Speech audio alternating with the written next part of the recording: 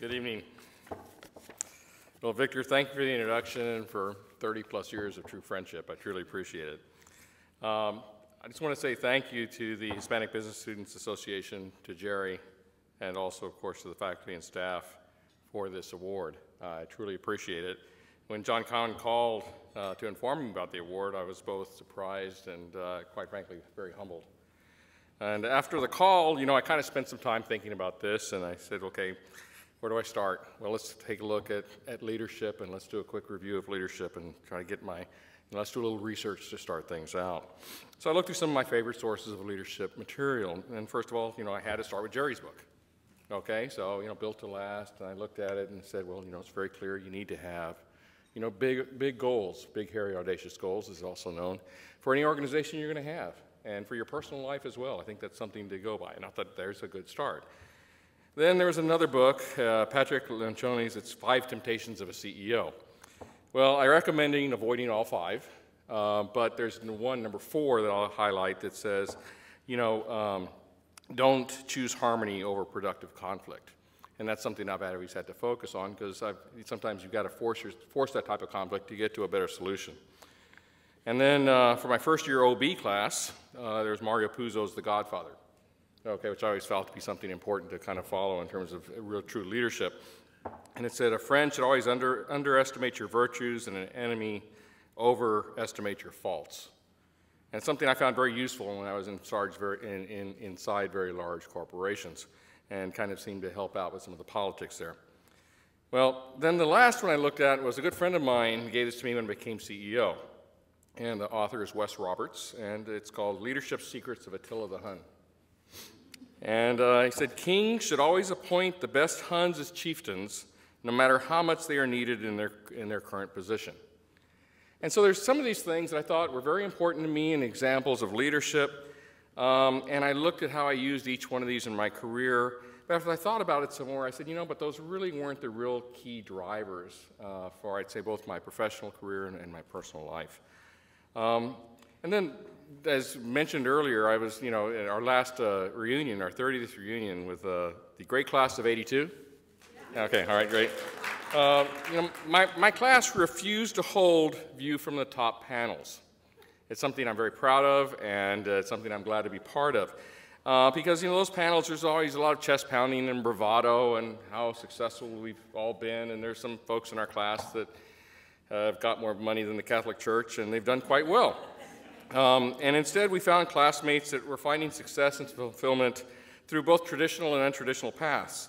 In these panels, I found that they're often very interesting and inspiring to hear what has driven each of them down their chosen paths and what they've learned along the way. So therefore, I wanted to share kind of 3 key leadership attributes in both my professional and personal life. I'll stop short of offering them as advice, just kind of examples of what's worked best for me. And so it's a short list, and first of all, it's kind of similar to what Saul talked about, which is be confident and take advantage of the opportunities presented to you. Okay, that's my first one. Second, remember to share your success with others.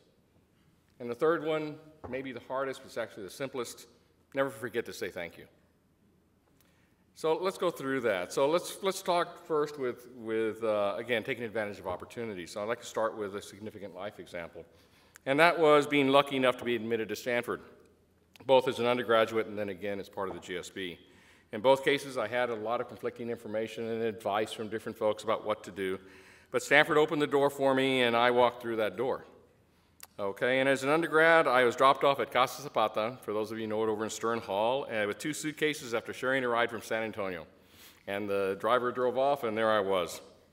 Now, then with graduate school, Diane and I drove up here, and not knowing any better, we drove up here with all of $800 in our bank account and ready to start. And we enjoyed the program, but we moved back to Texas to be closer to family. I worked for a number of large corporations, as Victor noted, and a number of them, and we paid down our debts, found that we enjoyed, starting, but what I really found was, throughout all of that, was I really enjoyed finding new businesses and kind of opening new markets. And so I started shifting over to being an entrepreneur. And so I've been a founder now of 4 different startup companies, and my 5th is kind of a startup of a private equity company. And so it's a little bit different role. At the end of the day, still got a tin cup in my hand, and it's a different street I'm asking for money on, is about the only difference here. So not all of these have been financially successful. All have been educational, okay? And they've all helped me open that next door. Okay, even the ones that haven't been successful have helped me open up to move into that next startup. And along the way I was worried, going to a startup, I was worried about providing for my family. And, would we be able to go through the ups and downs of a startup? But what I realized after a time was with Stanford education, both my network, the alumni base, my experiences, they really gave me the foundation to take advantage of these opportunities. And so looking back, I think the learning out of it for me personally was I should have been more confident to take advantage of these startup opportunities that had been presented to me. So, my first startup, I left a large company and probably the last company that would have offered me retirement. So unfortunately, that startup flamed out, and I quickly moved on to my second startup.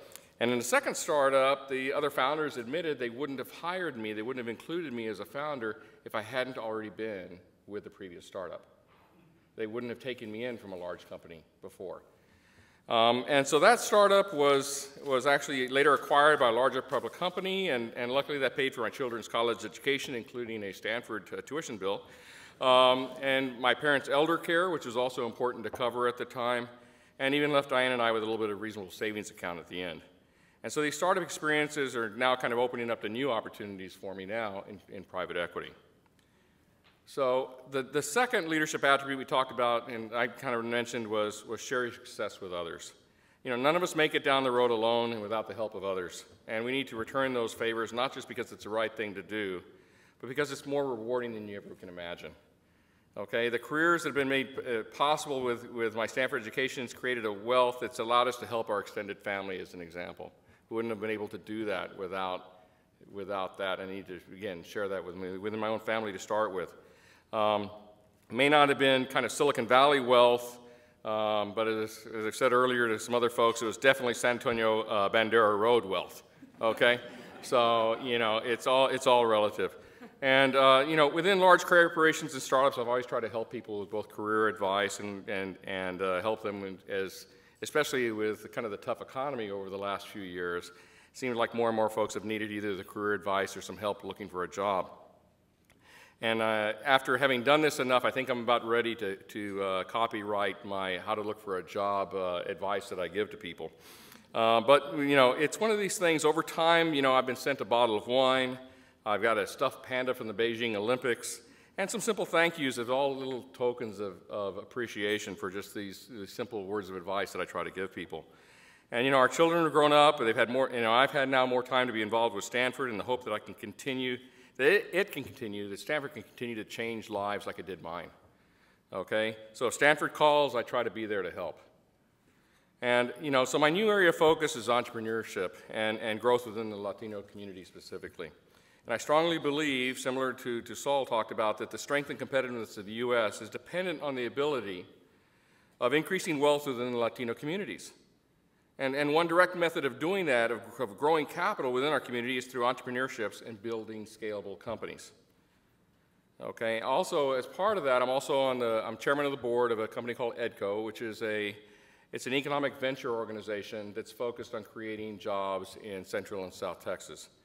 And so now I'm also a board member of the Latino Business Network, again, because we need to help make a change, and it's our responsibility to do that, is to take the action that we know needs to happen.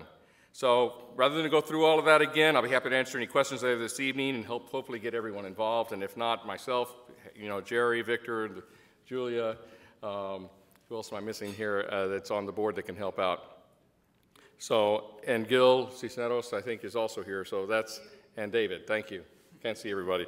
So I appreciate that. And again, ask any one of us, would be happy to help and hopefully get your help as well.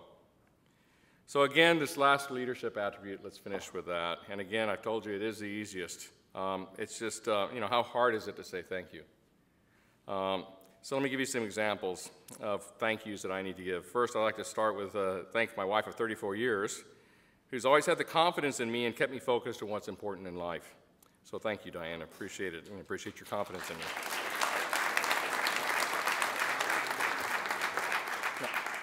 Luckily, I followed my uncle's advice and married her before she got her glasses fixed and saw what she was marrying.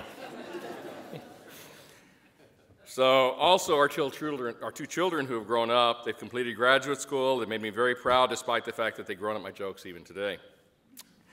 Now, I do depend on my family for appropriate course corrections, and they've proven not to be shy in offering this help in both personal and career decisions. And our family continues to grow. We now have a grandson who finds me funny, but he already shows that he'll let me know when I need to be doing something that he thinks is different than what I'm doing. But in addition to that, I also need to look back at those before me that have worked hard to make it possible for me to go even to high school, not to mention college. I need to thank my grandparents. My grandparents, they're both Mexican immigrants and native Texans who worked hard to make a better life for themselves and their family. My late parents, who sacrificed for my siblings and I, specifically my father, who always had at least 2 jobs until he retired. And he also always supported me in taking advantage of opportunities presented to me, starting with leaving home to attend Stanford, and then coming up with cash sometimes to help me in school when I knew he really couldn't afford it. They did the best they could with the education they had, but they instilled the values, the love of reading, and the work ethic that drives me today. My father felt he couldn't help me with business advice, but he would listen intensely and offer observations that, quite frankly, they typically cut to the quick on issues that I had mistakenly viewed as very complex. And so his advice was always pretty well right on the mark, even though not having the direct business experience, usually he'd figure out really what the important items were. So to my professors, I need to include them, including my freshman advisor, a gentleman named Bernie Roth, who's still part of the design school. I guess, what's the phrase for it now? I guess it's the D School, thank you, who told me his advice was real simple. I was a freshman trying to go into engineering and really scared and worried about how am I going to make it through this coursework and everything. And his advice was real simple: relax, it'll be fine. And you know what? He was right. It was fine. I made it through, and I appreciated that relax meant a lot to me. And then Jerry. Jerry gave me a lot of different advice, but one thing in particular I remember was, just looking at a company and, talking to him about what I should do and where I should go from business school. And he said, well, listen, went through a bunch of different things, again, making things very complex. And he would go, look, don't focus on the individual job. Don't focus on the boss. They change. If you're going to start somewhere, you're going to take that road through corporate America, pick the company. And the companies last, the other things change. And again, just something that I appreciate, Jerry, and thank you for it. Again, small note, you probably don't remember the conversation at all. I'll never forget. So last few years, I've kind of started reaching out to folks like Bernie, like Jerry, and others, and just to say thank you. Because, it's something I think it's important to do, and I ask you not to wait to do that.